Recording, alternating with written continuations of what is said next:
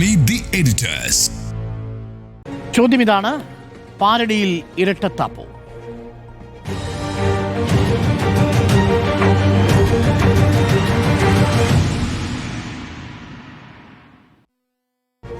ഇന്ന് ചർച്ചയിൽ നമുക്കൊപ്പം പി ആർ സുനിൽ ചേരുന്നത് ഡൽഹിയിൽ നിന്നാണ്. ടെലി ട്രാൻസ്പോർട്ടിംഗ് സ്റ്റുഡിയോ സംവിധാനം വഴി പി ആർ സുനിലും നമുക്കൊപ്പം ഫ്ലോറിൽ എത്തിയിട്ടുണ്ട് ഡൽഹിയിൽ നിന്നും. നമ്മൾ ആദ്യം സ്മൃതിയിൽ നിന്ന് തുടങ്ങുന്നു. സ്മൃതി, ഇപ്പോൾ സാമൂഹിക മാധ്യമം തുറന്നു നോക്കുമ്പോൾ ഒരു ഭാഗത്ത് ഇത് മതവികാരം വ്രണപ്പെടുത്തി എന്ന മട്ടിൽ, അപ്പോൾ മറുഭാഗത്ത് കലാഭവൻ മണി പാടി കൈരളിയിൽ അവതരിപ്പിച്ച പരിപാടി അതന്ന് തെരഞ്ഞെടുപ്പ് പ്രചരണത്തിന് ഉപയോഗിച്ചിരുന്നു. സമാനമായ ട്യൂണിലുള്ള മറ്റൊരു പാലടി ഗാനം അങ്ങനെ ഇപ്പോൾ കൊഴുക്കുകയാണ് സോഷ്യൽ മീഡിയയിൽ. അതിനിടയിലാണ് ഇപ്പോൾ ഒരു പോലീസ് കേസ് വന്നിരിക്കുന്നത്. പാലടിയിൽ ഇരട്ടത്താപ്പ്.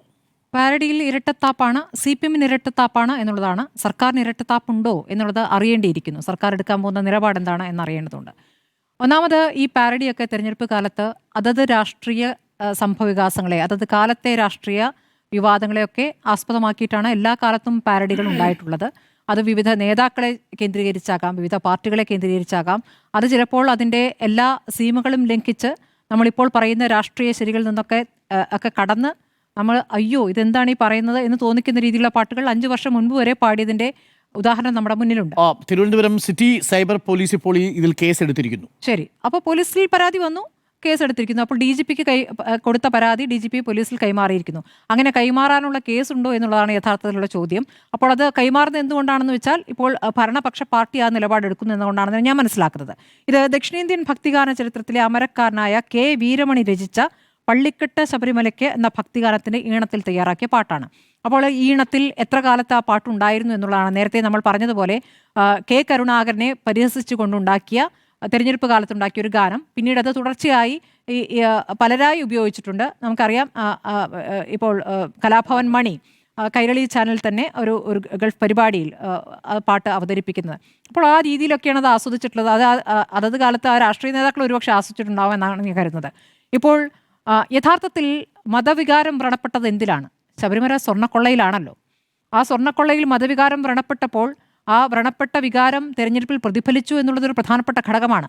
ഇപ്പോൾ കോൺഗ്രസ് അതിനെ ഉയർത്തിക്കൊണ്ട് ഇപ്പോൾ തെരഞ്ഞെടുപ്പ് വിധിക്ക് ശേഷം ശബരിമല സ്വർണ്ണക്കൊള്ള വല്ലാതെ ബാധിച്ചു എന്ന് പറയുമ്പോൾ അതിലേക്ക് കോൺഗ്രസ് ചുരുങ്ങുന്നു എന്നൊരു അഭിപ്രായം എനിക്കുണ്ട്. കാരണം ഭരണവുമായി ബന്ധപ്പെട്ട ഭരണവിരുദ്ധ വികാരം ശക്തമായിട്ടുണ്ട്. അപ്പോൾ അതുമായി ബന്ധപ്പെട്ട കാര്യങ്ങളിൽ ഊന്നാതെ നേരെ ശബരിമലയിലേക്ക് തന്നെ ആദ്യം തന്നെ പറയുന്ന പ്രതികരണം അതായി പോകുന്നു ചില നേതാക്കളെങ്കിലും എന്നുള്ള ഒരു വിമർശനം എനിക്കുണ്ട്. പക്ഷേ അതിൻ്റെ ഭാഗമായിട്ട് ഈ പാരഡി അത് ആദ്യം തന്നെ PC വിഷ്ണുനാഥ് അത് പാടിയതിന് ശേഷമാണല്ലോ പിന്നീട് അതിൻ്റെ ഒരു വിവാദത്തിലേക്ക് കടക്കുന്നത്. തിരഞ്ഞെടുപ്പിൽ ഈ പാട്ടുണ്ടായിരുന്നു, നമ്മളത് അങ്ങനെ ശ്രദ്ധിച്ചിട്ടുണ്ടാകില്ല. പക്ഷേ PC വിഷ്ണുനാഥ് വിധിക്ക് ശേഷം ആ പാട്ട് പാടിയപ്പോഴാണ് സ്വർണം കട്ടവൻ ആരപ്പ സഖാക്കളാണേ എന്ന് പറയുന്നിടത്താണ് സഖാക്കളാണ് സ്വർണം കട്ടത് എന്ന പാട്ട് അതിങ്ങനെ ഓരോ വോട്ടർമാരുടെയും മനസ്സിലേക്ക് ആഴത്തിൽ കൊണ്ട് അതാണ് പാർട്ടിയുടെ വിലയിരുത്തൽ. പുറത്തേക്ക് നമുക്കറിയാം പാർട്ടി സെക്രട്ടറി പറഞ്ഞത് എന്താണ്? ശബരിമല സ്വർണ്ണക്കൊള്ള ബാധിച്ചിട്ടുണ്ടോ അത് പരിശോധിക്കുമെന്നാണ് പറഞ്ഞത്. പുറത്തേക്ക് അത് പറഞ്ഞിട്ടില്ല. പക്ഷേ പാർട്ടിക്കകത്ത് നടത്തിയ ചർച്ചയിൽ അത് കൃത്യമായി പ്രതിഫലിച്ചിട്ടുണ്ട് എന്ന് തന്നെ വിലയിരുത്തലാണ് ഉണ്ടായിട്ടുള്ളത്. അപ്പോൾ ഈ പാരഡി ഗാനം അങ്ങനെ വലിയ സ്വാധീനം ചെലുത്തി എന്ന് പറയുമ്പോൾ അതിലേക്കൊക്കെ പാർട്ടി ഊന്നിക്കൊണ്ട് വലിയ ചർച്ചകളിലേക്കും അതിൽ ശക്തമായ പ്രതികരണത്തിലേക്കൊക്കെ പോകുന്നത് പരിഹാസ്യമാണ് എന്നൊരു അഭിപ്രായമുണ്ട്. വിശ്വാസവുമായി ബന്ധപ്പെട്ടൊക്കെ CPM എടുത്തിരുന്ന ഒരു നിലപാടുണ്ട്. ആ നിലപാട് എന്തായിരുന്നു നേരത്തെ നമ്മൾ കണ്ടിട്ടുള്ളതാണ്. മുമ്പ് തെരഞ്ഞെടുപ്പിൽ ദൈവനാമത്തിൽ സത്യവാചകം ചൊല്ലിയതിന് പാർട്ടി സംസ്ഥാന കമ്മിറ്റിയിൽ തന്നെ ചില നേതാക്കളെ വിമർശിച്ച സാഹചര്യം ഉണ്ടായിട്ടുണ്ട്. MM മോനായി, ഐഷ പോറ്റി എന്നിവരെ അന്ന് പാർട്ടി സെക്രട്ടറി പിണറായി വിജയൻ ശാസിച്ചിട്ടുണ്ട്. സഖാക്കൾ രഹസ്യമാക്കി വെച്ചിരുന്ന ദൈവവിശ്വാസം പരസ്യമായി പ്രകടിപ്പിച്ച് പാർട്ടി അപമാനിക്കാൻ ഒരു പ്രയാസവും ഉണ്ടായില്ല എന്നായിരുന്നു അന്ന് സംസ്ഥാന കമ്മിറ്റിയിലെ വിലയിരുത്തൽ. ഒന്ന് ആലോചിച്ച് നോക്കൂ. സംസ്ഥാന സംഘടനാ രേഖയുടെ 9ാം ഖണ്ഡികയിലെ 7ാം വരിയിൽ തന്നെ അത് കൃത്യമായി പറയുന്നു. പിന്നെ നമുക്കറിയാം 2013 നവംബറിൽ പാലക്കാട് CPM പ്ലീനത്തിലെ പ്രധാന തീരുമാനങ്ങളിൽ ഒന്നായിട്ട് വന്നിട്ടുള്ളത് വിശ്വാസാചാരങ്ങൾ അനുഷ്ഠിക്കുന്നത് വൈരുദ്ധ്യാത്മക ഭൗതികവാദത്തിന് എതിരാണ് എന്നതാണ്.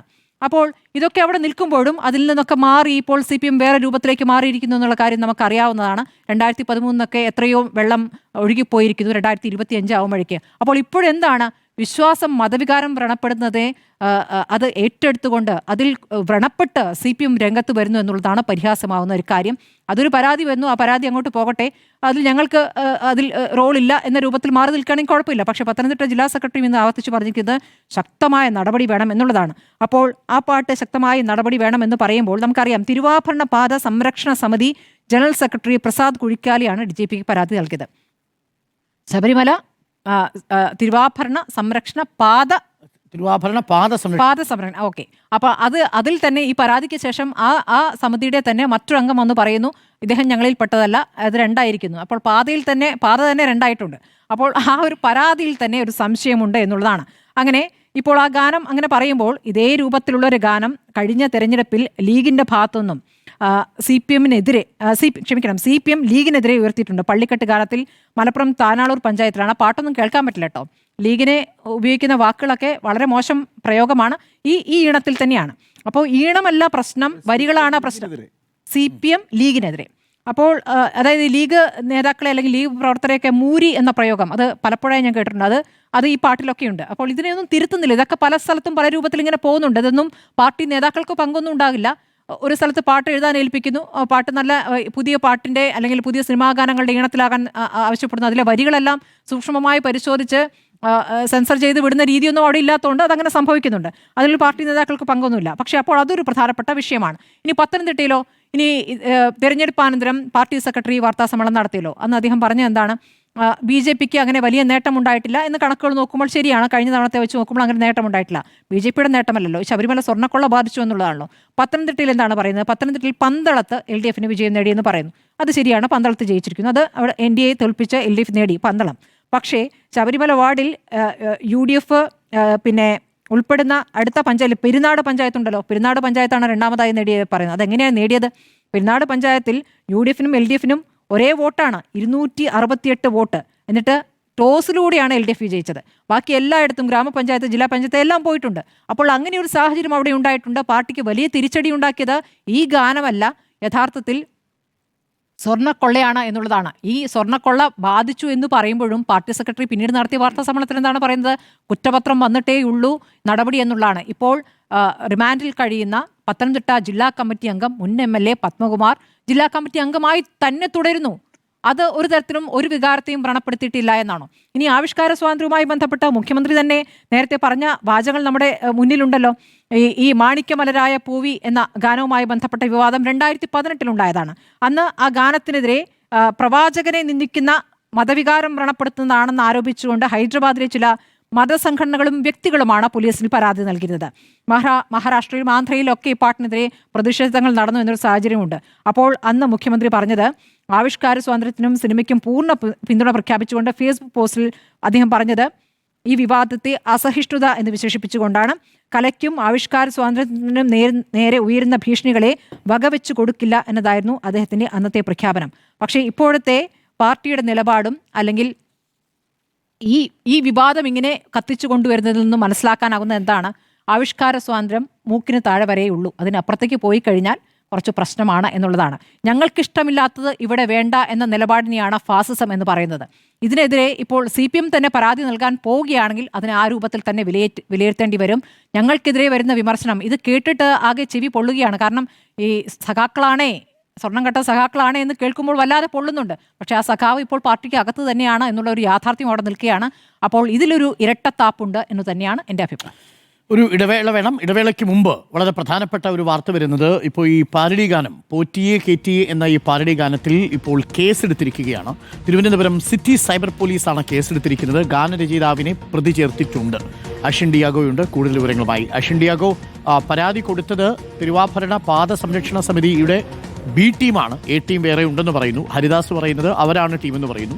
ഇത് പ്രസാദിന്റെ ടീമാണ്.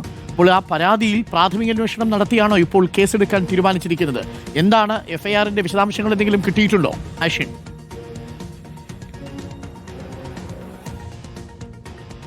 അരുൺ, നിലവിൽ നമുക്കിപ്പോൾ പ്രാഥമികമായി ലഭിക്കുന്ന വിവരങ്ങളുടെ അടിസ്ഥാനത്തിൽ ഈ പാരഡി പരാതിയിൽ ഇപ്പോൾ കേസെടുത്തിരിക്കുന്നു എന്നുള്ളതാണ് ഏറ്റവും പ്രധാനപ്പെട്ട കാര്യം. തിരുവനന്തപുരം സിറ്റി സൈബർ പോലീസാണ് ഇപ്പോൾ ഈ പരാതിയിന്മേൽ കേസെടുത്തിട്ടുള്ളത്. നേരത്തെ തന്നെ ഈ ഗാനരചയിതാവിനെ പ്രതി ചേർത്താണ് നിലവിലിപ്പോൾ ഈ കേസ് രജിസ്റ്റർ ചെയ്തിരിക്കുന്നത്. നേരത്തെ തന്നെ ഈ പാരഡിക്കെതിരെ വലിയ തരത്തിലുള്ള വിമർശനങ്ങളും അതുപോലെ തന്നെ അത്തരത്തിൽ, അതായത് ഈ പാരഡി ഗാനങ്ങൾ, അതായത് പ്രത്യേകിച്ചും ഭക്തിഗാനങ്ങളെ അവഹേളിക്കുന്ന തരത്തിലുള്ള ഒരു ഗാനമാണ് ഇത്. അത് തെരഞ്ഞെടുപ്പിന് വേണ്ടി ചട്ടവിരുദ്ധമായി ഉപയോഗിച്ചു എന്നതടക്കമുള്ള ഗുരുതരമായ ആരോപണങ്ങൾ ഉണ്ടായിരുന്നു. ഈ ആരോപണങ്ങളുടെ പശ്ചാത്തലത്തിലാണ് ഇപ്പോൾ ഈ ഒരു പരാതി ലഭിച്ചിരിക്കുന്നത്. പരാതിയിൽ ഒരു പ്രാഥമിക അന്വേഷണം നടത്തിയ ശേഷമാണ് നിലവിൽ ഇപ്പോൾ കേസ് എടുത്തിരിക്കുന്നത് എന്നുള്ളതാണ് നമുക്ക് മനസ്സിലാക്കാൻ കഴിയുന്നത്. എന്നറിയുന്ന വിവരം. ഗാനരചയിതാവിന്റെ പേരിലാണ് പ്രതി ചേർത്തിട്ടാണ് ഇപ്പോൾ ഈ കേസ് എടുത്തിരിക്കുകയും ചെയ്യുന്നത്. കൃത്യമായ ഒരു നിയമോപദേശം ലഭിച്ചതിന് ശേഷമാണ് കേസ് എടുത്തിരിക്കുന്നത് എന്നുള്ളതാണ് നമുക്ക് മനസ്സിലാക്കാൻ കഴിയുന്നത്. ഒരു ഭാഗത്ത് ആവിഷ്കാര സ്വാതന്ത്ര്യത്തിന് വേണ്ടി സംസാരിക്കുമ്പോൾ തന്നെയാണ് മറ്റൊരു ഭാഗത്ത് ഇത്തരത്തിലുള്ള കേസ് എടുക്കുന്നത് എന്നുള്ളതും ശ്രദ്ധേയമാണ്. നേരത്തെ തന്നെ കോൺഗ്രസ് നേതാക്കളടക്കം, പ്രത്യേകിച്ച് PC വിശ്വനാഥ് അടക്കമുള്ളവർ ഈ ഒരു വിഷയവുമായി ബന്ധപ്പെട്ട് രംഗത്തെത്തിയിട്ടുള്ളതാണ്. ഈ ഒരു പാരഡി ഗാനം കൊണ്ട് CPM-ന് വല്ലാതെ പൊള്ളലേറ്റിട്ടുണ്ട് എന്നതടക്കമുള്ള ഗാനങ്ങളാണ് അദ്ദേഹം പറഞ്ഞത്. കേസെടുക്കുന്ന ഒരു വെറും കോമഡിയാണ് എന്നതടക്കമുള്ള വിമർശനങ്ങൾ ഒരു ഭാഗത്ത് ഉയരുന്നുണ്ട്. മറുഭാഗത്ത് തന്നെ IFFK-യുടെ സംഭവം നമ്മൾ കണ്ടതാണ്. ചില സിനിമകളുടെ പ്രദർശനം അതിന്റെ അനുമതി നിഷേധിച്ചതോടുകൂടി വലിയ തരത്തിലുള്ള വിമർശനങ്ങൾ ഉണ്ടായിരുന്നു. ആവിഷ്കാര സ്വാതന്ത്ര്യമേലുള്ള പ്രതികളാണ് നിലവിൽ ചേർക്കപ്പെട്ടിരിക്കുന്നത്. അതിൽ കുഞ്ഞുപിള്ള, ഡാനിഷ് മലപ്പുറം, CMS മീഡിയ, സുബൈർ പന്തല്ലൂർ എന്നിവരെയാണ് ഇപ്പോൾ പ്രതി ചേർത്തിരിക്കുന്നത്. കുഞ്ഞബ്ദുള്ള അല്ലെ എഴുതിയത്, അദ്ദേഹം ഒരു ഖത്തറിലെ ഒരു പ്രവാസിയാണ്. മതവികാരം വ്രണപ്പെടുത്തിയതിനും ഇരു വിഭാഗങ്ങൾ തമ്മിൽ സ്പർദ്ധയുണ്ടാക്കിയതിനുമാണ് കേസെടുത്തിരിക്കുന്നത്. ഇത് നോൺ ബെയിലബിൾ ആണല്ലോ അല്ലേ?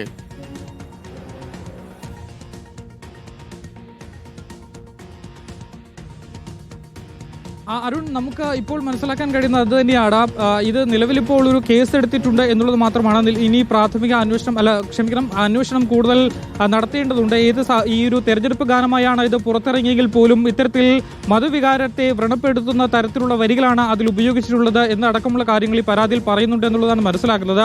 എന്തായാലും ഈ സംഭവത്തിൽ കേസെടുത്തിട്ടുണ്ട് എന്നുള്ളത് ആണ് ഏറ്റവും പ്രധാനപ്പെട്ട കാര്യം. ഗാനരചയിതാവിനെയാണ് പ്രതി ചേർത്തിരിക്കുന്നത്.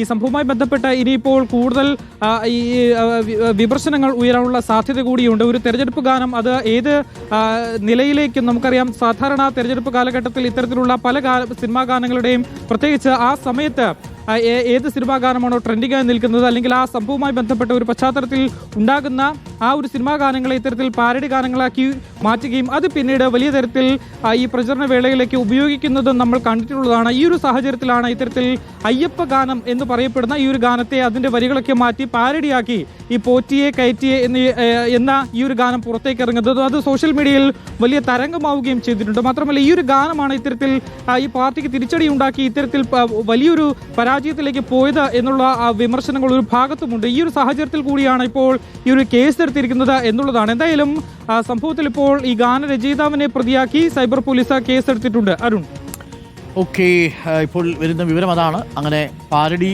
പാട്ടിൽ ഇപ്പോൾ കേസായിരിക്കുന്നു.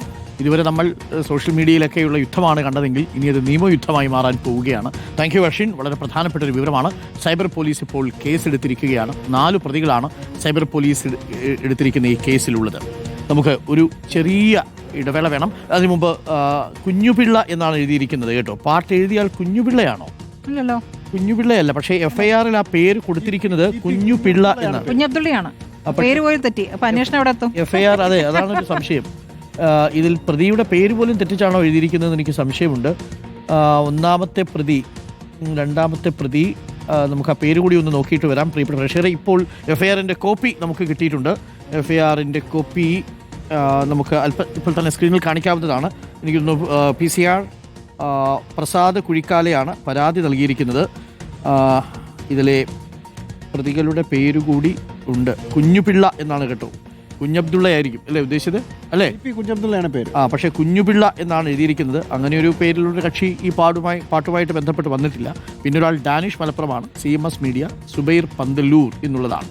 അപ്പോൾ ഇതിൽ FIR-ൽ പറയുന്നത് 1 മുതൽ 4 വരെ പ്രതികൾക്ക് ഇന്റർനെറ്റ് മാധ്യമം വഴിയും നേരിട്ടും പൊതുജനങ്ങൾക്കിടയിലും വിശ്വാസ സമൂഹത്തിലും മതവിശ്വാസം തകർത്ത് മതവികാരത്തെ അപമാനിക്കും വിധം മതവികാരം പ്രചോദിപ്പിക്കണമെന്നും മതവിശ്വാസ സമൂഹത്തെ പരസ്പരം ഇളക്കിവിടണമെന്നും മനഃപൂർവ്വമായ ഉദ്ദേശത്തോടെയും കരുതലോടും കൂടി 16/12/2025 തീയതിക്ക് മുമ്പുള്ള ഏതോ ദിവസം 1-ാം പ്രതി അയ്യപ്പ ഭക്തി ഗാനത്തെയും ശരണമന്ത്രത്തെയും അപമാനിക്കും വിധം മതവിശ്വാസികൾക്കിടയിൽ വിദ്വേഷം വളർത്തുന്ന വിധവും മതസൗഹാർദ്ദം ഇല്ലായ്മ ചെയ്യുന്ന വിധവും സമൂഹത്തിൽ സമാധാന ലംഘനം ഉണ്ടാകണമെന്ന ഉദ്ദേശത്തോടു കൂടി പോറ്റിയെ കേറ്റിയെ എന്നു തുടങ്ങുന്ന ഗാനം നിർമ്മിച്ചും 2-ാം പ്രതി പാട്ട് പാടിയും 3-ാം പ്രതി പാട്ടിനെ ചിത്രീകരിച്ച് 4-ാം പ്രതി ടി ഗാനത്തിന് നിർമ്മാണം നിർവഹിച്ചും 1 മുതൽ 4 വരെ പ്രതികൾ ടി പാട്ടിനെ യൂട്യൂബ് ഉൾപ്പെടെയുള്ള ഇന്റർനെറ്റ് നവമാധ്യമങ്ങൾ വഴിയും നേരിട്ടും പ്രചരിപ്പിച്ചതിൽ ഹിന്ദുമത വിശ്വാസിയും അയ്യപ്പ ഭക്തനുമായ ആവലാതിക്കാരനും മറ്റു ഭക്തർക്കും മതവിശ്വാസത്തെ ദോഷകരമായി ബാധിച്ചതിൽ പ്രതി മേൽ വകുപ്പുകൾ പ്രകാരമുള്ള കുറ്റം ചെയ്തിരിക്കുന്നു എന്നതാണ് ഇപ്പോൾ FIR-ൽ ചേർത്തിരിക്കുന്നത്. വിശദമായ ഒരു FIR ആണ് ഇട്ടിരിക്കുന്നത്. പാരഡിയിൽ ഇരട്ടത്താപ്പോ എന്നാണ് ചോദ്യം. ഇപ്പോൾ കേസ് എടുത്തിരിക്കുന്നു. നമ്മൾ ഈ ചർച്ച തുടങ്ങിക്കഴിഞ്ഞപ്പോഴാണ് സൈബർ പോലീസ് ഈ GP കുഞ്ഞബ്ദുള്ളയ്ക്കെതിരെ അടക്കം കേസെടുത്തിരിക്കുന്നത്. കുഞ്ഞുപിള്ള എന്ന പേരാണെങ്കിൽ അത് GP കുഞ്ഞബ്ദുള്ളയാണെന്ന് മനസ്സിലാക്കുന്നു. അപ്പോൾ നമുക്കിപ്പം പിയാസുനിലുണ്ട് ഡൽഹിയിൽ നിന്നും. പിയാസുനിൽ ഇതൊരു തീക്കൊള്ളി കൊണ്ട് തലചൊറിയുന്ന അവസ്ഥയിലേക്ക് മാറുന്നുണ്ടോ? കാരണം ഇത് കേസായിരിക്കുന്നു, ഇനി അത് വീണ്ടും പലതരത്തിൽ ചർച്ചയായി മാറും. ഇത് തെരഞ്ഞെടുപ്പ് കാലത്ത് ഉപയോഗിച്ച് അവിടെ അവസാനിപ്പിക്കേണ്ടത് മറ്റൊരു വലിയ വിവാദത്തിലേക്ക് വഴുതി വെക്കുകയാണോ? ഇത് പാരഡിയിൽ ഇരട്ടത്താപ്പുണ്ടോ?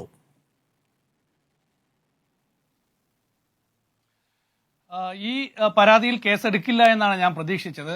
ഏതായാലും കേസെടുത്തു എന്നുള്ളത് ഒരു അബദ്ധ തീരുമാനമായി പോയി എന്നാണ് എൻ്റെ ഒരു വിലയിരുത്തൽ. കാരണം ഈ ഒരു പാട്ടിന്റെ പേരിൽ ഈ പാട്ടാണ് വലിയ പാരഡി പാട്ടാണ് വലിയ പ്രശ്നം എന്നൊക്കെ CPM-ഉം സർക്കാരും ഒക്കെ ഇപ്പോൾ വിലയിരുത്തുന്നുണ്ടെങ്കിൽ അത് വലിയ തെറ്റായ നടപടി തന്നെയാണ്. ഈ ഒരു പരാതി ലഭിച്ചു, ആ പരാതി പരിശോധിച്ച് അത് അർഹമായ പ്രാധാന്യത്തോടെ തള്ളിക്കളയുകയായിരുന്നു വേണ്ടത്.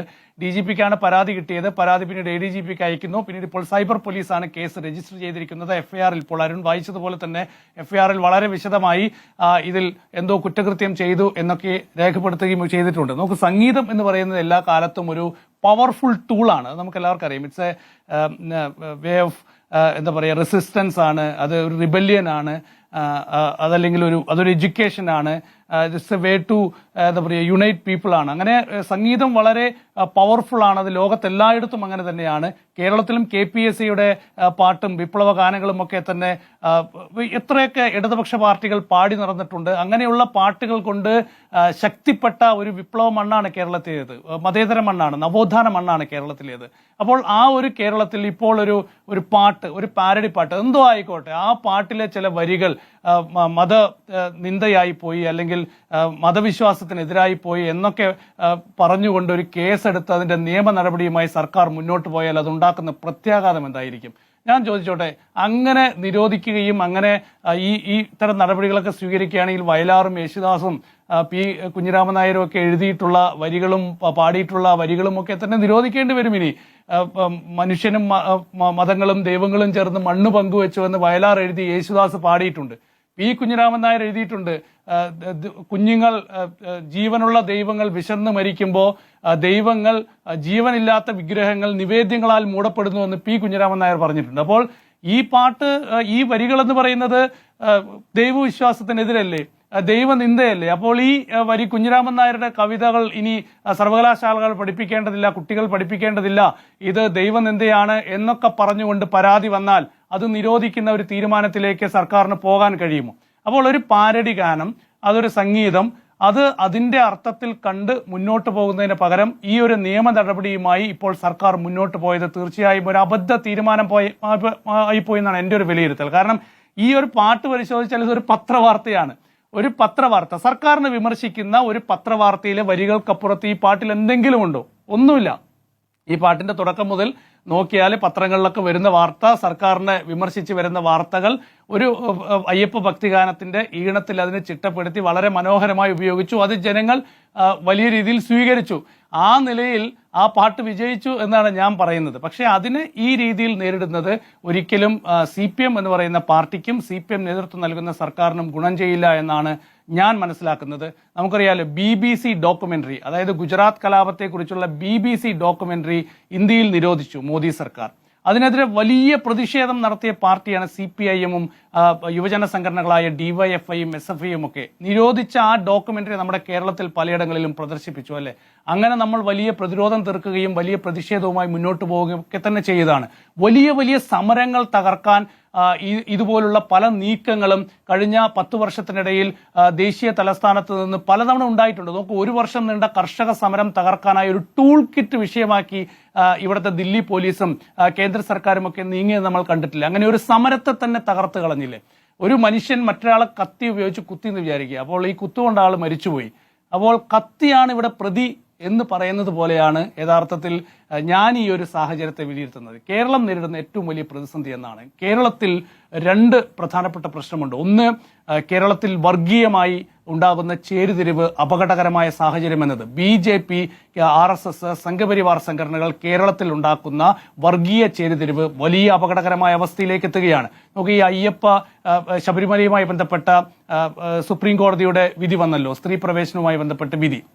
അന്ന് ഈ വിധി നടപ്പാക്കാനുള്ള ശക്തമായ തീരുമാനം അന്ന് LDF സർക്കാർ എടുത്തു. അന്ന് 2 സ്ത്രീകളെയൊക്കെ തന്നെ ശബരിമലയിൽ കയറ്റാനുള്ള നീക്കം സർക്കാർ തന്നെ നടത്തി. വലിയ പ്രതിഷേധങ്ങൾ കണ്ടു. അന്ന് സർക്കാർ എടുത്തിട്ടുള്ള നിലപാട് എന്ന് പറയുന്നത് ഒരു നവോത്ഥാന നിലപാടായിരുന്നു. അതിന്റെ ഭാഗമായുള്ള ഒരു നവോത്ഥാനം അതിലൊക്കെ തന്നെ ഉയർത്തിപ്പിടിച്ച് വലിയൊരു നീക്കമൊക്കെ തന്നെ കേരളത്തിൽ LDF-ഉം CPM-ഉം ഇടതുപക്ഷ സംഘടനകളും ഒക്കെ തന്നെ നടത്തിയത്. അന്നത് വലിയ രീതിയിൽ ദേശീയ തലത്തിൽ വലിയ സന്ദേശമാക്കിയൊക്കെ ഉയർത്താനാണ് CPM ശ്രമിച്ചത്. പിന്നീട് അത് തെരഞ്ഞെടുപ്പിൽ തിരിച്ചടിയായപ്പോൾ അവിടെ നിന്ന് നേരെ പമ്പയിൽ അയ്യപ്പ സംഗമത്തിലേക്ക് അത് വന്നു. അപ്പോൾ അയ്യപ്പ സംഗമത്തിലേക്ക് വന്നു കഴിഞ്ഞപ്പോൾ അതൊരു ഭൂരിപക്ഷ പ്രീണനം എന്ന ഒരു രാഷ്ട്രീയ വിലയിരുത്തലുകളിലേക്ക് സാഹചര്യം എത്തി.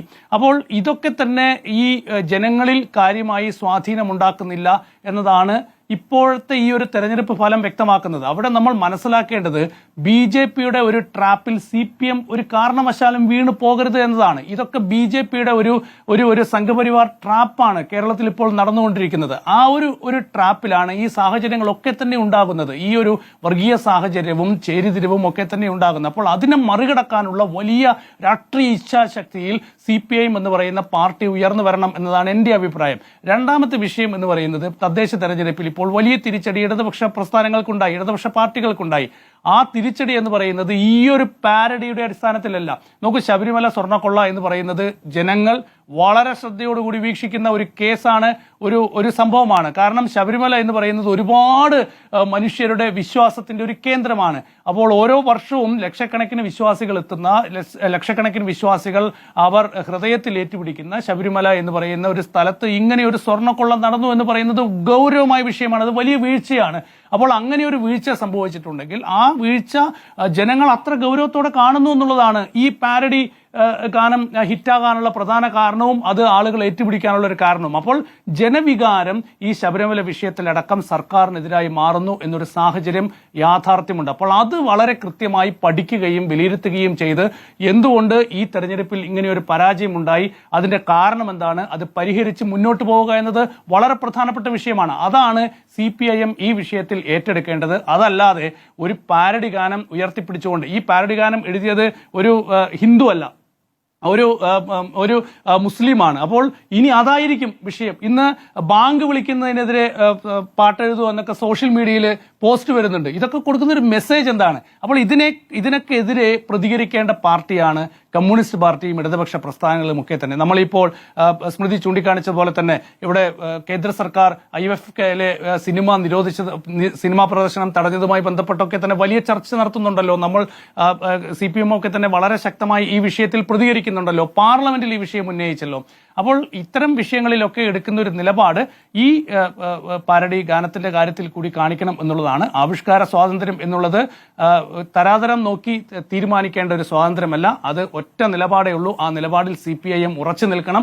ആ നിലപാടിന്റെ ഭാഗമായി മുന്നോട്ട് പോകണം. തെരഞ്ഞെടുപ്പ് തിരിച്ചടി എന്താണ് എന്നതിന്റെ പ്രധാനപ്പെട്ട കാരണം പരിശോധിച്ച് മുന്നോട്ട് പോകാനുള്ള തീരുമാനത്തിലേക്ക് പോകണം. ഒപ്പം വർഗീയമായി കേരളത്തിൽ ഉണ്ടാകുന്ന ചേരിതിരിവ്, വേർതിരിവ് അത് പരിഹരിക്കാനുള്ള രാഷ്ട്രീയ ഉത്തരവാദിത്വം കൂടി CPM സ്വീകരിക്കണം എന്നാണ് എൻ്റെ ഒരു അഭിപ്രായം. ഓക്കെ, പാരഡിയിൽ ഇരട്ടത്താപ്പോ എന്നുള്ളതാണ് ചോദ്യം. ജിമ്മി, അതിപ്പോൾ കേസായി മാറിയിട്ടുണ്ട്. ഇരട്ടത്താപ്പാണോ? എനിക്ക് ഓർമ്മ വരുന്നത് മീശ മാധവൻ സിനിമയിൽ ജഗതി അഭിനയിച്ച പിള്ളേച്ചൻ എന്ന് പറയുന്ന ക്യാരക്ടറുണ്ട്. അപ്പോൾ പിള്ളേച്ചൻ ഈ വെടി വഴിപാട് മൈക്കിൽ കൂടെ വിളിച്ച് പറയേണ്ട, രഹസ്യമായിട്ട് ചെയ്താൽ മതി എന്ന് പറയുമ്പോൾ ഈ വെടി വഴിപാട് രഹസ്യമായിട്ട് നടത്താമോ എന്നതിനെക്കുറിച്ച് മൈക്കിൽ ഒരു ചർച്ച നടക്കുന്നത് അവസാനം ഭഗീരഥപിള്ള ചെറിയ വെടി 4 വലിയ വെടി 4 എന്ന് പറയുന്ന പോലെ ആയിപ്പോയി.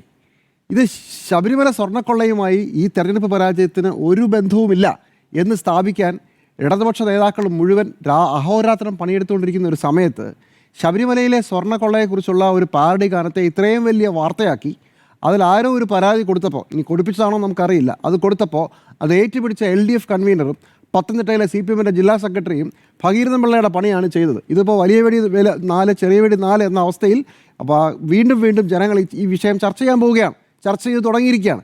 ഈ തെരഞ്ഞെടുപ്പ് കാലത്ത് നമ്മൾ ആരെങ്കിലും ഈ പാട്ട് കേട്ടിട്ടുണ്ടോ? അങ്ങനെ വ്യാപകമായിട്ടൊന്നും കേട്ടിട്ടില്ല. തെരഞ്ഞെടുപ്പ് കഴിയുമ്പോഴാണ് PC വിശ്വനാഥ് ഈ പാട്ട് പാടി തുടങ്ങുമ്പോഴാണ് ഞാനിത് ആദ്യമായി കേൾക്കുന്നത്. അപ്പോൾ പറഞ്ഞ് ചില സ്ഥലങ്ങളിലേക്ക് ഈ പാട്ട് പോയിട്ടുണ്ട്. പക്ഷേ അതിനുശേഷം ഇതങ്ങ് കയറി വൈറലാവുകയും ജനങ്ങൾ മുഴുവൻ ചർച്ച ചെയ്യുകയാണ്. എന്നിട്ട് പാർലമെൻറ്റിന് മുമ്പിൽ UDF MLA MP-മാരെല്ലാം കൂടെ നിരന്ന് ഈ പാട്ട് പാടി. അതിൻ്റെ ഉദ്ദേശം എന്താണെന്ന് ചോദിച്ചാൽ ഇനി അടുത്ത 3 മാസം ശബരിമല സ്വർണ്ണക്കൊള്ളയാണ് UDF സജീവമാക്കി നിർത്താൻ പോകുന്നത്. അപ്പോൾ അങ്ങനെ ഒരു പാട്ട് കിട്ടിയപ്പോൾ അവർ പാടി. അത് മനസ്സിലാക്കാതെ അതിന് കുറച്ചുകൂടി പബ്ലിസിറ്റി കൊടുക്കുന്ന രീതിയിൽ ഈ LDF-ന്റെ നേതാക്കന്മാർ അതൊരു എന്ത് മഹാപ്രശ്നമാണെന്ന് പറഞ്ഞ് ഏറ്റെടുത്തിരിക്കുകയാണ്. രാഷ്ട്രീയമായി CPM-ന്റെ തിരിച്ചടി ഇനിയാണ് സംഭവിക്കാൻ പോകുന്നത്. കഴിഞ്ഞ തിരഞ്ഞെടുപ്പിൽ നമുക്കറിയാവുന്ന പോലെ പ്രാദേശിക വിഷയങ്ങളാണ് സാധാരണ തദ്ദേശ തിരഞ്ഞെടുപ്പുകൾ വിഷയമാവുക. ഇനിയിപ്പോൾ പോട്ടെ, സ്വർണ്ണക്കൊള്ള ഒരു വിഷയമാണെങ്കിലും അല്ലെങ്കിലും ഇനി അങ്ങോട്ട് ഈ സ്വർണ്ണക്കൊള്ള വിഷയമാകാതിരിക്കാൻ പോകുന്നില്ല. താങ്ക്സ് ടു ദിസ് ഗാനം. ഈ പാട്ടാണ് ഇനിയിപ്പോൾ അടുത്ത തുരുപ്പ് ചീട്ട്. ഇനി ഇതിൻ്റെ പേരിലുള്ള തർക്കങ്ങളും അതും ഇതുമൊക്കെ ആയിട്ട് കേരളത്തിൽ ഒരു കുഞ്ഞിന് ഇനിയിപ്പോൾ ഈ പാട്ട് അറിയാതെയില്ല. കാണാതെ പാടി നടക്കുകയാണ് നമ്മുടെയൊക്കെ വീട്ടിൽ കുട്ടികളും അല്ലാത്തവരും ഒക്കെ. അപ്പോൾ അതാണ് ആദ്യമായി ഇതിനകത്ത് സംഭവിക്കാനുള്ളത്. BJP-ക്ക് പോലും പരാതിയില്ല ഇതുവരെ, VHPക്ക് പരാതിയില്ല ഇതുവരെ. അപ്പോൾ CPM-ന് മാത്രം പരാതി. അത് അവരുടെ തന്നെ കുഴപ്പത്തിലുള്ള സ്വർണ്ണക്കൊള്ള കാര്യത്തിൽ. നോക്കൂ, ഇപ്പോൾ CPM-ന്റെ നേതാക്കൾ പറയുന്നത് പത്തനംതിട്ടയിൽ ഞങ്ങൾ പന്തളം മുനിസിപ്പാലിറ്റി പിടിച്ചില്ലേ, അയ്യപ്പൻ്റെ വാർഡ് ഇരിക്കുന്ന സ്ഥലത്ത്, അയ്യപ്പൻ്റെ അമ്പലം ഇരിക്കുന്ന വാർഡ് ഞങ്ങൾ പിടിച്ചില്ലേ, പത്തനംതിട്ട ജില്ലാ കമ്മിറ്റി ജില്ലാ പഞ്ചായത്ത് മുഴുവൻ പോയി, ബ്ലോക്കുകൾ പോയി, ഭൂരിപക്ഷം പഞ്ചായത്തുകൾ പോയി, പത്തനംതിട്ടയിൽ അടപടലം തോറ്റു. ഇനി ഇതിൻ്റെ വിഷയത്തിലേക്ക് വന്നാൽ ഇതെങ്ങനെയാണ് ഇതൊരു ശബരിമലയിലെ വിഷയം, ശബരിമലയിലെ ഈ ഗാനം ഒരു മതസ്പർദ്ധ ഉണ്ടാക്കുന്നത്? ശബരിമലയിലെ സ്വർണ്ണക്കൊള്ള ഒരു മതവിഷയമാണ്. It's a political corruption. CPM-ന്റെ 2 പ്രധാനപ്പെട്ട ആളുകൾ, അത് ഒരാൾ പ്രധാനപ്പെട്ട നേതാവ് ജയിലിൽ കിടക്കുന്ന ഒരു കേസാണ്. ശബരിമലയിലെ സ്വർണ്ണക്കൊള്ള ഒരു മതവിഷയമല്ല. ഏതെങ്കിലും ഒരു ഹിന്ദുവിൻ്റെയോ ഏതെങ്കിലും ഒരു ശബരിമല വിശ്വാസിയുടെയോ അല്ല. കേരളത്തിൽ നടക്കുന്ന അഴിമതിയെക്കുറിച്ചുള്ള കഥയാണ്. ഭരണപക്ഷത്തിരിക്കുന്നവരുടെ അഴിമതി, ഭരണപക്ഷത്തിരിക്കുന്നവരുടെ കെടുകാര്യസ്ഥത, കാര്യങ്ങൾ നോക്കി നടത്താൻ പറ്റാത്ത നമ്മുടെ പോലീസിംഗ് സംവിധാനം, ഇതിൻ്റെ എല്ലാം ആകെത്തുകയാണ്. അപ്പോൾ ശബരിമല ശബരിമലയിലെ സ്വർണ്ണക്കൊള്ള ആരുടെയെങ്കിലും പ്രൈവറ്റ് പ്രോപ്പർട്ടി ആണെന്ന് പറയുന്നത് എങ്ങനെയാണ്? ഇനി അല്ലെങ്കിൽ തന്നെ ശബരിമലയിൽ പോകുന്ന അയ്യനാരാ? എല്ലാ വിശ്വാസികൾക്കും, അതായത് ഹിന്ദുക്കൾക്ക് മാത്രമല്ല എല്ലാ മതവിശ്വാസികൾക്കും, ഇനി മതവിശ്വാസമില്ലാത്ത ആളുകൾക്ക് പോലും പോകാവുന്ന ഒരു ആരാധനാലയമാണ് ശബരിമല. അപ്പോൾ പിന്നെ ഇത് ഹിന്ദുക്കളുടെ മതവികാരം വ്രണപ്പെടുത്തു എന്ന് പറയുന്ന ഒരു അപ്രോച്ച് തന്നെ തെറ്റ്. CPM പോലൊരു പാർട്ടി ഇതിൽ നിന്നു കൊടുക്കുന്നു എന്നുള്ളതാണ് അടുത്തത്. സംഭവം ഈ അടി കിട്ടിക്കഴിയുമ്പോൾ അതിൻ്റെ വിഷമം എങ്ങനെയെങ്കിലും പറഞ്ഞു തീർക്കണമല്ലോ. ശബരിമല അല്ല ഞങ്ങളെ തോൽപ്പിച്ചതെന്ന് പറഞ്ഞ് കരയുകയാണ് സുഹൃത്തുക്കളെ. അപ്പോൾ ആ കരച്ചിലിനിടയ്ക്ക് ഇങ്ങനൊരു പാട്ട് വരുമ്പോൾ അതിൻ്റെ ദേഷ്യം ഇരട്ടിയായി വരും. എന്താ പറയുക, ആ സ്ട്രാറ്റജിയും പ്ലാനും ഒക്കെ മൂലക്കിരിക്കും. ദേഷ്യം ഇരട്ടിയാവുമ്പോൾ DGP-ക്ക് കൊടുക്കുന്ന, ഇതൊക്കെ വേണമെങ്കിൽ പോലീസ് സ്റ്റേഷനിലേക്ക് കൊടുക്കാവുന്ന പരാതിയാണ്. DGP-ക്ക് കൊടുക്കുന്ന പരാതി, അത് തൊട്ട് താഴെയുള്ള പോലീസ് ഉദ്യോഗസ്ഥൻ ഇപ്പോൾ കേസ് കൊടുത്തിരിക്കുന്നു. ഈ PT കുഞ്ഞുമോനെതിരെയുള്ള കേസ് എത്രയോ ദിവസം കയ്യിൽ വെച്ച് തിരിച്ചും മറിച്ചും ആലോചിച്ചതിന് ശേഷമാണ് FIR ഇട്ടത്. നമുക്കറിയാവുന്ന സംഭവമല്ലേ ഇത്.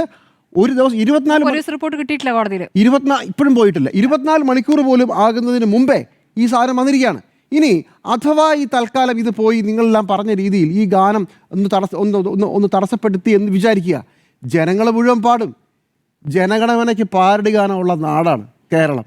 മനുഷ്യരൊക്കെ പാടുന്നതാണ്, പാടാൻ പാടില്ലാത്തതുണ്ട്. പക്ഷേ കേരളത്തിൻ്റെ ഒരു സംസ്കാരത്തിൽ ഈ ഒരു ഫലിതവും കളിയാക്കലും ഒക്കെ ഉള്ളതാണ്.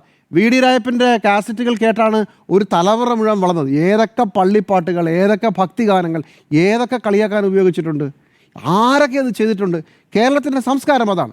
പക്ഷേ CPM-ന്റെ കൺട്രോൾ പോയപ്പോഴാണ് ഇങ്ങനൊരു വിഷയം ഉണ്ടായത്. ഇപ്പോൾ പാലസ്തീൻ്റെ കൊടി, ഒരു ദേശീയ വിഷയം കൂടെ പറഞ്ഞുകൊണ്ട് CPM-കാർ ശ്രദ്ധയിലേക്ക് കൊണ്ടുവരാം. പാലസ്തീനെക്കുറിച്ചുള്ള വലിയ ആവേശമാണല്ലോ. പാലസ്തീൻ്റെ കൊടി നിരോധിച്ചപ്പോൾ പാലസ്തീനിലെ ആളുകൾ അതിനെ എതിരിട്ടത് തണ്ണിമത്തൻ്റെ പടം വെച്ചുകൊണ്ടാണ്. കാരണം പാലസ്തീൻ കൊടിയിലുള്ള ചുവപ്പ്, കറുപ്പ്, വെളുപ്പ്, പച്ച, ഈ 4മുണ്ട് തണ്ണിമത്തനാണ്. ഇപ്പോൾ ഇസ്രായേൽ ചില സ്ഥലത്ത് പാലസ്തീൻ്റെ ഫ്ലാഗ് ഉപയോഗിക്കാൻ പറ്റില്ല. അപ്പോൾ ഒരാൾ തണ്ണിമത്തം മുറിച്ചൊരു വഴി കൈ പിടിച്ചുകൊണ്ട് പോകും.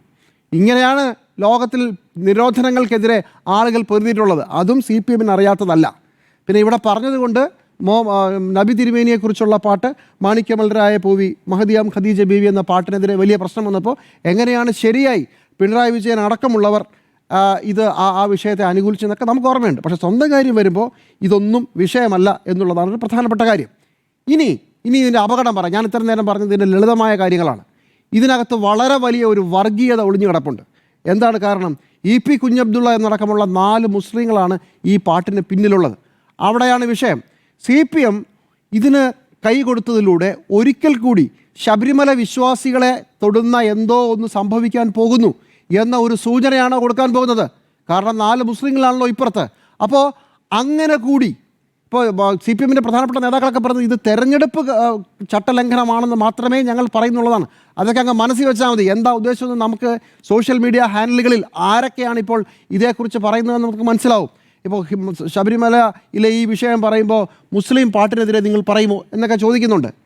വിഷയം ശബരിമല ഭക്തന്മാരെ വ്രണപ്പെടുത്തുന്ന ഗാനങ്ങൾ ചിലർ എഴുതിയിട്ടുണ്ട്. ആരാണെന്നുള്ളത് ഞങ്ങൾ പറയില്ല, നിങ്ങൾ പോയി നോക്കിയാൽ മതി, അല്ലെങ്കിൽ താഴെ കമൻറ്റിൽ വായിച്ചാൽ മതി എന്ന് പറഞ്ഞുകൊണ്ട് വളരെ അപകടം പിടിച്ച ഒരു കളിയിലേക്കാണോ CPM പോകുന്നതെന്ന് എനിക്ക് ഭയമുണ്ട്.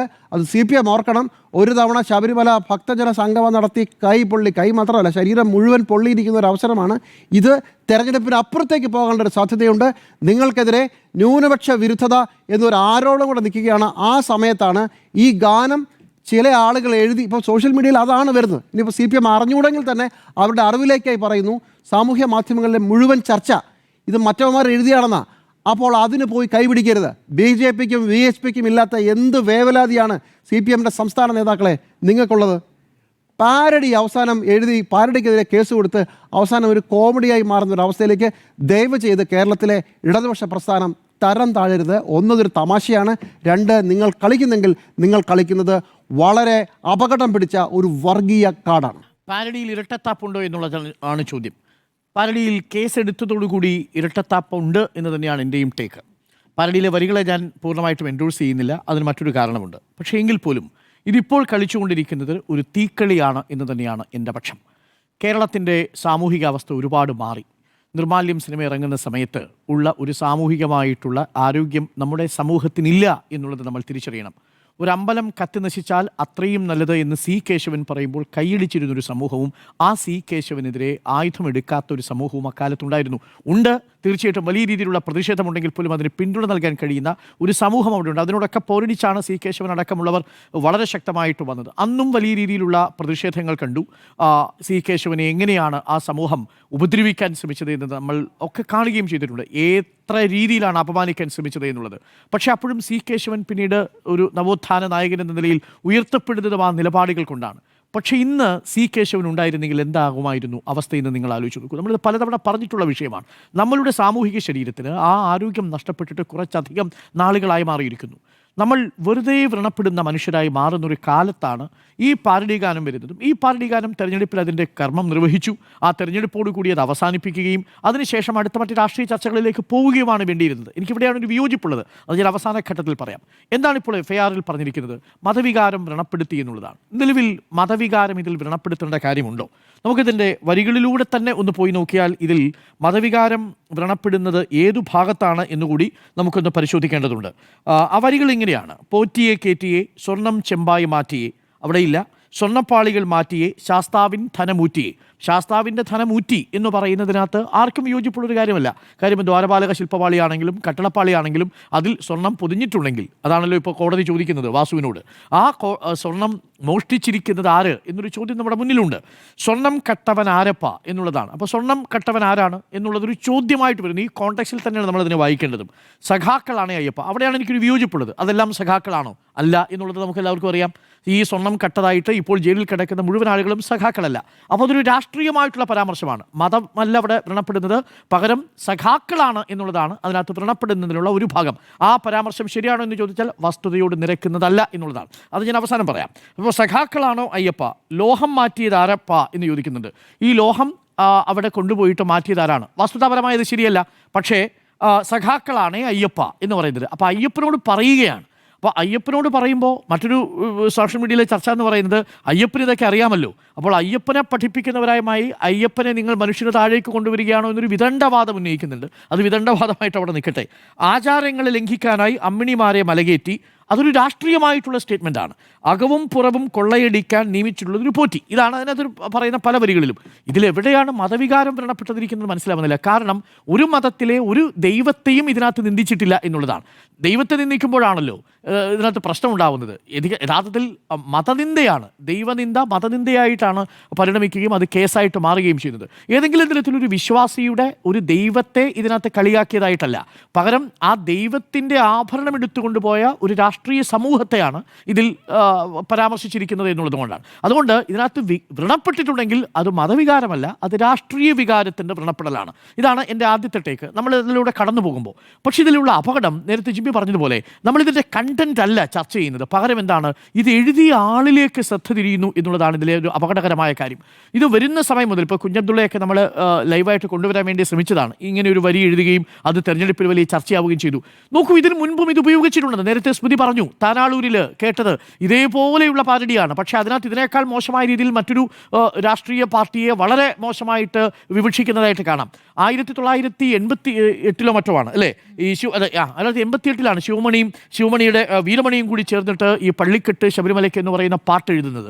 അന്ന് മുതൽ ആ പാട്ട് സൂപ്പർ ഹിറ്റാണ്. എല്ലാ ഈ മണ്ഡലകാലത്തും ഞങ്ങളുടെയൊക്കെ ക്ഷേത്രങ്ങളിൽ ഈ പാട്ട് കേട്ടിട്ടാണ് പോകുന്നതും രാവിലെ എഴുന്നേൽക്കുന്ന സമയത്തും ഒക്കെ ഈ പാട്ട് 7 മണി 8 മണി സമയത്തൊക്കെ ഈ പാട്ട് ഇങ്ങനെ കേൾക്കാം. വൈകുന്നേരം ദീപാരാധന കഴിഞ്ഞാൽ ഭജനയ്ക്ക് പാടാൻ വരുന്ന ആളുകൾ മിക്കവാറും പാടുന്ന പാട്ടാണ്. ഞാനൊക്കെ എൻ്റെ കുട്ടിക്കാലത്ത് ഈ പാട്ട് പാടുകയും ആ പാട്ടിൻ്റെ ഈ സദസ്സിലിരിക്കുകയൊക്കെ ചെയ്തിട്ടുള്ള ആളാണ്. അപ്പോൾ അത് തരുന്നൊരു നിർവൃതിയുണ്ട്. ആ നിർവൃതി ചെറിയ കാര്യമേ അല്ല. അതുകൊണ്ട് നമ്മുടെയൊക്കെ മനസ്സിൽ ഇടം പിടിച്ചു പോയ ഒന്നാണ്. അതുപോലെയാണ് ഹരിവരാസനം. ഹരിവരാസനത്തിൻ്റെ പേരിൽ ഒരു പാരഡി ഇറങ്ങിയാൽ വ്യക്തിപരമായി ഞാനിതിനെ ആ ഈണത്തിനോട് ഒരു പാരഡി വരുന്നതിനോട് ഇഷ്ടപ്പെടാത്ത ഒരാളാണ് ഞാൻ. പക്ഷേ എനിക്കിഷ്ടമല്ല എന്നുള്ളത് കൊണ്ട് അങ്ങനെ ഒരു ഈണത്തിൽ അങ്ങനെ ഒരാൾക്ക് കവിത എഴുതാനുള്ളൊരു അവകാശം ഇല്ല എന്ന് ഞാൻ ധരിക്കുന്നതേയില്ല. അതാണല്ലോ നമ്മൾ യഥാർത്ഥത്തിൽ മതസ്വാതന്ത്ര്യം എന്ന് പറയുന്നതും അത് തന്നെയാണ്. നിങ്ങൾക്കൊരു മതമാകാം എന്നുള്ളതിനെ ഞാൻ ബഹുമാനിക്കുന്നു. പക്ഷേ ആ മതത്തിൻ്റെ ആശയങ്ങളുമായി ഞാൻ പൊരുത്തപ്പെടണം എന്നുള്ളത് എൻ്റെ വിഷയമാണ്. എനിക്ക് ഈ പാരഡി ഗാനത്തോട് രാഷ്ട്രീയമായി വിയോജിപ്പുള്ള ഒരാളാണ്. പക്ഷേ അപ്പോഴും ആ പാരഡി എഴുതി അത് ഈണത്തിൽ പാടി അതിനകത്ത് കൊണ്ടുവരുന്നതിൽ ഒരു കലാമൂല്യമുണ്ട് എന്ന് വിശ്വസിക്കുന്ന ആളാണ് ഞാൻ. പക്ഷേ അപകടമുണ്ടാവുന്നത് എവിടെയാണ്? ആ പാരഡി എഴുതിയ ആളിലേക്ക് ഒരു കേസ് പോവുകയും നാളെ ഇത് ഏറ്റെടുക്കാൻ വരുന്നത് VHP ആണെങ്കിൽ, നാളെ ഇത് ഏറ്റെടുക്കാൻ വരുന്നത് ഈ പറയുന്ന ഹിന്ദു ഐക്യമുന്നണിയാണെങ്കിൽ, നാളെ ഇത് വളരെ തീവ്ര വലതുപക്ഷ സംഘടനകൾ ഏറ്റെടുക്കാൻ വന്നാൽ, ശിവസേനക്കാരെ ഏറ്റെടുക്കാൻ വന്നാൽ, ഹനുമാൻ സേനക്കാരെ ഏറ്റെടുക്കാൻ വന്നാൽ, രാമസേന ഏറ്റെടുക്കാൻ വന്നാൽ എന്ത് സമാധാനം പറയും? അയ്യപ്പസേന എന്ന പേരിൽ ഒരു അയ്യപ്പസേന ഉണ്ടാക്കിയിട്ടില്ലെന്ന് തോന്നുന്നു. ഇതുവരെ അത്ര തീവ്രമായിട്ട് നമ്മൾ കേട്ടിട്ടില്ല. കാര്യം അയ്യപ്പൻ എപ്പോഴും ഹിംസയുടേതല്ല അഹിംസയുടെ സിദ്ധാന്തമാണ് അയ്യപ്പനുള്ളത്. ഇനി അങ്ങനെ ഒരു സംഘടന കൂടി രൂപപ്പെട്ട് വരുമോ എന്നാണ് ഞാൻ ഭയക്കുന്നത്. ഈ ഹനുമാൻ സേന പോലെ അയ്യപ്പസേന എന്ന മട്ടിൽ ഈ അയ്യപ്പൻ്റെ യഥാർത്ഥത്തിലുള്ള ആശയങ്ങളെ മറച്ചു വെച്ചുകൊണ്ട് ഒരു വലതുപക്ഷ സംഘടനയ്ക്കുള്ള ഒരു സാധ്യതയാണോ കാണുന്നത്? എനിക്ക് മനസ്സിലാവുന്നില്ല. ഇതാണോ ഈ പറയുന്ന തിരുവാഭരണ പാത സംരക്ഷണ സമിതിയുടെ പണി? അവരാ പാതയിൽ ഏതെങ്കിലും കയ്യേറ്റങ്ങൾ നടത്തിയിട്ടുണ്ടെങ്കിൽ ആ കയ്യേറ്റങ്ങൾ പിടിക്കാൻ പോകണം. അതല്ലാതെ നാട്ടിൽ സമാധാനത്തോടുകൂടി ഒരു പാരടിപ്പാട്ട് ഇറങ്ങിക്കഴിയുമ്പോൾ മുഴുവൻ വിശ്വാസികളുടെയും അയ്യപ്പ ഭക്തന്മാരുടെയും സംരക്ഷകരായി വരികയല്ല വേണ്ടത്. ഒരു കാര്യം ഇതുപോലെ ഒരു ക്വസ്റ്റ്യൻ പേപ്പറിന് ജോസഫ് ഞാൻ പറയുന്നത് നോക്കൂ, ഞാൻ തുടക്കത്തിൽ സൂചിപ്പിച്ചല്ലോ, ഇത് നമ്മളുടെ സാമൂഹിക ശരീരത്തിലെ ആരോഗ്യം നഷ്ടപ്പെട്ടിരിക്കുന്നു പറയുന്നത് ഏറ്റവും നല്ല എക്സാമ്പിളാണ്. ജോസഫ് മാഷിന്റെ കയ്യിലെ കൈവിട്ട് നമ്മൾ ആരും കരുതില്ല. അത് കൈവിട്ടേണ്ട ഒരു വിഷയമേ അല്ല എന്ന് തന്നെയാണ് എൻ്റെ ടേക്ക്. കാരണം അത് കോട്ട് ചെയ്തുകൊണ്ടാണ് അതിനകത്തൊരു സ്റ്റേറ്റ്മെന്റ് കൊണ്ടുവരുന്നത്. അത് തുടങ്ങി അതിനുശേഷം കൈവിട്ടു പോവുകയും ഒരു വിഭാഗം ആളുകൾക്ക് തോന്നുന്നു ഇത് പ്രവാചകരെ നിന്ദിച്ചതാണെന്ന് തോന്നുന്നു. എന്നാൽ അതൊരു സിനിമയുടെ സ്ക്രിപ്റ്റിൽ നിന്ന് എടുത്തിരിക്കുന്ന ഭാഗമാണ്. കോട്ട് ചെയ്തിട്ടാണ് അതിനകത്ത് ചോദിക്കുന്നത്. അതിനകത്ത് പുള്ളിയും വള്ളിയും ഇടാൻ മാത്രമേ അതിനകത്ത് പറയുന്നുള്ളൂ. അതിനകത്തെ ആ സ്ക്രിപ്റ്റിനെ പോലുമല്ല, പുള്ളിയും വള്ളിയും ഇടാൻ വേണ്ടിയുള്ളൊരു ചോദ്യമാണ് പിന്നീട് ഒരു കൈപ്പത്തി തന്നെ എടുത്തത് എന്നത് പ്രേക്ഷകർ ഓർമ്മിക്കണം. അത്രമേൽ അസ്വസ്ഥതയുള്ള ഒരു സമൂഹത്തിലാണ് നമ്മൾ നിൽക്കുന്നത്. അതുകൊണ്ട് CPM ഈ വിഷയത്തിൽ എടുത്തിരിക്കുന്ന നിലപാട് അങ്ങേയറ്റം അപകടകരമായ രീതിയിലേക്ക് മാറുന്നു. കേസ് വരും, കേസ് പക്ഷേ അത് രജിസ്റ്റർ ചെയ്യാതിരിക്കുക, പരാതി വരും, ആ പരാതിയെ പ്രാഥമികമായിട്ട് അന്വേഷിച്ച് അതിനകത്ത് ആരുടെയും മതവികാരം നോക്കൂ. ഇതിൽ എവിടെ അതാണ് ഞാൻ പറഞ്ഞത്, മതവികാരമല്ല രാഷ്ട്രീയ വികാരം വ്രണപ്പെട്ടിരിക്കുന്നു എന്നുള്ളതാണ്. രാഷ്ട്രീയ വികാരം വ്രണപ്പെടുക എന്ന് പറയുന്നത് തെരഞ്ഞെടുപ്പിൽ നടക്കേണ്ട ഒന്നാണ്. അതിനെയാണല്ലോ നമ്മൾ രാഷ്ട്രീയ സംവാദം എന്ന് പറയുന്നത്. അതിൽ ചില ആളുകൾക്ക് രാഷ്ട്രീയമായ വികാരം വ്രണപ്പെടും, ചില ആളുകൾക്ക് വ്രണപ്പെടില്ല. അതൊക്കെയാണ് ജനാധിപത്യത്തിൻ്റെ സ്പിരിറ്റ്. അതിനെ മതവുമായിട്ട് കൂട്ടിയിണക്കുക എന്ന് പറയുന്നത് അത്യന്തം അപകടകരമായ കാര്യമാണ്. അതൊന്ന്. രണ്ടാമത്തത്, ഇതിനകത്ത് ജനപ്രാതിനിധ്യ നിയമപ്രകാരവും ഇത് തെറ്റാണെന്ന് പറയുന്നുണ്ട്. അതെങ്ങനെ ശരിയാവുക? ഞാൻ 123യും 125 എടുത്ത് നോക്കുമായിരുന്നു. 123യിലും 125ലും ഇത് കറപ്റ്റ് പ്രാക്ടീസസിൽ 125ലോ 123 പ്രകാരം ഈ ഏതെങ്കിലും ഒരു വോട്ടർ മതപരമായ മതത്തിന്റെ പേരിൽ വോട്ട് പിടിക്കുന്നു. ഇത് മതത്തിന്റെ പേരിലല്ല വോട്ട് പിടിക്കാൻ പോകുന്നത്. ഇപ്പോൾ ഒരു ഹിന്ദുവായ വോട്ടർ അയാൾ മറ്റൊരു വീട്ടിൽ പോയിട്ട് പറയുന്നുണ്ടാവും, സ്വർണ്ണക്കൊള്ള നടത്തിയവരെ ഒന്നും നിങ്ങൾ ഈ തെരഞ്ഞെടുപ്പിലേക്ക് കൊണ്ടുപോകില്ലല്ലോ അല്ലേ, വോട്ട് കൊടുക്കില്ലല്ലേ എന്ന് പറയുമ്പോൾ അത് മതപരമായിട്ടുള്ളതല്ല, അതൊരു കറപ്റ്റ് പ്രാക്ടീസസ് എന്ന് പറയുന്ന ഒന്നിനെ അവിടെ സൂചിപ്പിക്കുകയാണ് ചെയ്യുന്നത്. അത് സ്വാഭാവികമായും രാഷ്ട്രീയമായിട്ടാണ് പ്രതിരോധിക്കേണ്ടത്. അപ്പോൾ നിങ്ങൾ വന്ന് പറയേണ്ടത് എന്താണ്? ഇതേപോലെ കേസെടുത്തുകൊണ്ടല്ല. അവിടെയാണ് ഞാൻ ഈ രണ്ടാമത്തെ ഭാഗത്തിലേക്ക് വരുന്നത്. പറഞ്ഞിരിക്കുന്നത് മുഴുവൻ വസ്തുതാപരമായ പരമാബദ്ധമാണ് എന്നുള്ളതാണ് എൻ്റെ ടേക്ക്. കാര്യം ഇതിൽ സ്വർണം കട്ടതാരപ്പ എന്ന് ചോദിച്ചാൽ സഖാക്കളാണ് അയ്യപ്പ എന്ന് പറയുന്നത് എന്ത് വസ്തുതയുടെ അടിസ്ഥാനത്തിലാണ്? ഞാൻ എടുത്ത് നോക്കുകയായിരുന്നു. ഇതിനകത്ത് ഇപ്പോൾ കേസിൽ ജയിലിൽ കിടക്കുന്ന രണ്ടുപേര്, അതിൽ രണ്ടുപേര് CPM-ന്റെ മുതിർന്ന നേതാക്കളാണ് എന്നത് ഞാൻ വിസ്മരിക്കുന്നില്ല. പക്ഷേ അതോടൊപ്പം ബാക്കി കിടക്കുന്ന രണ്ടുപേര് കോൺഗ്രസ് സംഘടനയുമായി ബന്ധമുള്ളവരും, അഥവാ ഫെഡറേഷൻ എന്ന് പറയുന്ന തിരുവിതാംകൂർ ദേവസ്വം ബോർഡിൻ്റെ എംപ്ലോയീസ് ഫെഡറേഷനുമായി ബന്ധപ്പെട്ട് പ്രവർത്തിക്കുന്ന രണ്ടുപേരുണ്ട്. ഞാൻ ആ സംഘടനയുടെ പേര് പറയാം. അതിലൊന്ന് ദേവസ്വം എംപ്ലോയീസ് ഫ്രണ്ട് എന്ന സംഘടന, അത് കോൺഗ്രസ് അനുകൂല സംഘടനയാണ്. ഇപ്പോൾ ജയശ്രീ എന്ന് പറയുന്നത്, ഇതിൽ ഉണ്ണികൃഷ്ണൻ പോറ്റിയുടെ കയ്യിൽ തിരുവാഭരണം ഈ ദ്വാരപാലക ശില്പപാളി കൊടുത്തുവിടാമെന്ന് മിനിറ്റ്സ് എഴുതിയ സെക്രട്ടറി, ആ സെക്രട്ടറിയാണ് ജയശ്രീ. ആ ജയശ്രീ കോൺഗ്രസ് അനുകൂല ദേവസ്വം എംപ്ലോയീസ് ഫ്രണ്ടിൻ്റെ ജീവനക്കാരിയാണ്, നേതാവ് കൂടിയാണ്. അപ്പോൾ സഖാക്കളാണോ അയ്യപ്പ എന്ന് ചോദിച്ചു കഴിഞ്ഞാൽ ഇത് സഖാവാണോ ഈ ജയശ്രീ? അത് വസ്തുതാപരമായി ശരിയല്ലല്ലോ. രണ്ടാമത്തെ നിഷേധിച്ചിട്ട് കാര്യമില്ല. ദേവസ്വം ഫ്രണ്ട് എന്ന് പറയുന്നതാണ്. അങ്ങനെയാണെങ്കിൽ തിരിച്ച് നിഷേധിക്കാം. സഖാക്കളും കോൺഗ്രസും ഉണ്ടല്ലോ. അപ്പൊ അവിടെയാണ് രാഷ്ട്രീയ വിയോജിപ്പ്. അത് തിരിച്ചു വരുമ്പോൾ അങ്ങനെ വരുമല്ലോ. അതാണ് ഞാൻ പറഞ്ഞത്. ഇതിനകത്ത് രാഷ്ട്രീയ വിയോജിപ്പാണ്. വസ്തുതാപരമായി നമ്മൾ അങ്ങനെയല്ലേ ഖണ്ഡിക്കേണ്ടത്. ഇത് സഖാക്കൾ മാത്രമല്ല, അതിനകത്ത് ജയശ്രീം ഉൾപ്പെട്ടിട്ടുണ്ട്, അതിനകത്ത് KS ബൈജു ദേവസ്വം മനസ്സിലായി. പക്ഷേ എനിക്ക് ആ ബി ബൈജുവിന്റെ കാര്യമല്ല ഞാൻ പറയാൻ വരുന്നത്. KS ബൈജു എന്ന് പറയുന്നത് ദേവസ്വം എംപ്ലോയീസ് ഫ്രണ്ടിന്റെ ഒരു സഹപ്രവർത്തകനാണ്, അല്ലാത്ത നേതാവല്ല. അതാണ് കോൺഗ്രസ്സുകാർ പറയുന്നത്. തിരിച്ചു പറയുന്നത് അയാൾ സംസ്ഥാന നേതാവാണെന്ന്. ആ സംസ്ഥാന നേതാവല്ല, പകരം ദേവസ്വം എംപ്ലോയീസ് ഫ്രണ്ടിൽ ഒരു ജീവനക്കാരനാണ്. അദ്ദേഹം അതിന്റെ സഹയാത്രികനാണ് KS ബൈജു. കാരണം അയാൾ ദേവസ്വം എംപ്ലോയീസ് ഫെഡറേഷന്റെ അംഗമല്ല. ഞാനിത് വസ്തുതാപരമായിട്ടാണ് പറയുന്നത്. ഞാനിത് തിരുവിതാംകൂർ ദേവസ്വം ബോർഡ് ഫെഡറേഷൻ്റെ ഭാഗത്ത് നിന്ന് കോട്ട് ചെയ്യുകയാണ്. അയാൾ എംപ്ലോയീസ് ഫ്രണ്ടിൻ്റെ ആളാണ്, പക്ഷേ നേതാവാണ് എന്ന് എനിക്കറിയില്ല. നേതാവ് ബി ബൈജു ആണ് എന്ന് ലിജു പറയുന്നത് ഞാൻ കേട്ടു. അടുത്തത് ശ്രീകുമാർ ദേവസ്വം എംപ്ലോയീസ് ഫെഡറേഷൻ്റെ ആളാണ്. അത് ഫെഡറേഷൻ എന്ന് പറയുന്നത് CPM-ന്റെ ഭാഗമാണ്. സുധീഷ്, അതായത് chief executive officer, Devaswom employees front ആയിരുന്നു. പിന്നീട് ദേവസ്വം എംപ്ലോയീസ് ഫെഡറേഷനായി. ഇതാണ് യഥാർത്ഥത്തിൽ സംഭവിച്ചിരിക്കുന്നത്. അപ്പോൾ ഇതിനുള്ളിൽ കിടക്കുന്നത് ഇനി ഉണ്ണികൃഷ്ണൻ പോറ്റി സഖാവാണോ ഈ പറയുന്ന കോൺഗ്രസ് നേതാക്കൾക്കൊപ്പം പോയിട്ട് സോണിയാഗാന്ധിയുടെ വീട്ടിൽ പോയി ഗിഫ്റ്റ് കൊടുക്കുന്നത് ഒരു സഖാവാണോ? അപ്പോൾ ഇതൊക്കെ വസ്തുതാപരമായി നമ്മൾ പൊതുസമൂഹത്തിൽ ചർച്ച ചെയ്യുന്നതിനു പകരം അതിനെ സഖാവ് എന്നെഴുതിയിരിക്കുന്നതിനെ രാഷ്ട്രീയമായി നേരിടുന്നതിന് പകരം അത്യന്തം അപകടകരമായ ഒരു വളഞ്ഞ വഴിയിലൂടെ പോയി നേരിടാൻ പോകുന്നത് വലിയ തിരിച്ചടിയാകും. അത് എൻ്റെ ഭയമെന്ന് പറയുന്നത് ഇതുണ്ടാക്കാൻ പോകുന്ന ഒരു സാമൂഹികമായ അസ്വസ്ഥതയുണ്ട്. അതിൽ നമ്മളാരും അതിനകത്ത് വീണു പോകരുത് എന്നുള്ളതാണ്. പിന്നെ ഇത് പാർലമെൻറ്റിൻ്റെ പുറത്ത് പാടണമായിരുന്നു എന്നുള്ളതാണ്.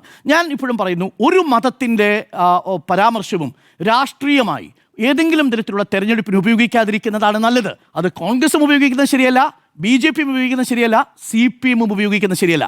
കാര്യം അത് വർഗീയതയുടെ അടിസ്ഥാനത്തിലാണ്. അതല്ലാതെ എന്തെല്ലാം വിഷയങ്ങളുണ്ട് ചർച്ചയ്ക്കെടുക്കാൻ? അതാണോ കേരളം നേരിടുന്ന ഏറ്റവും വലിയ പ്രധാനപ്പെട്ട വിഷയങ്ങളിലൊന്ന്?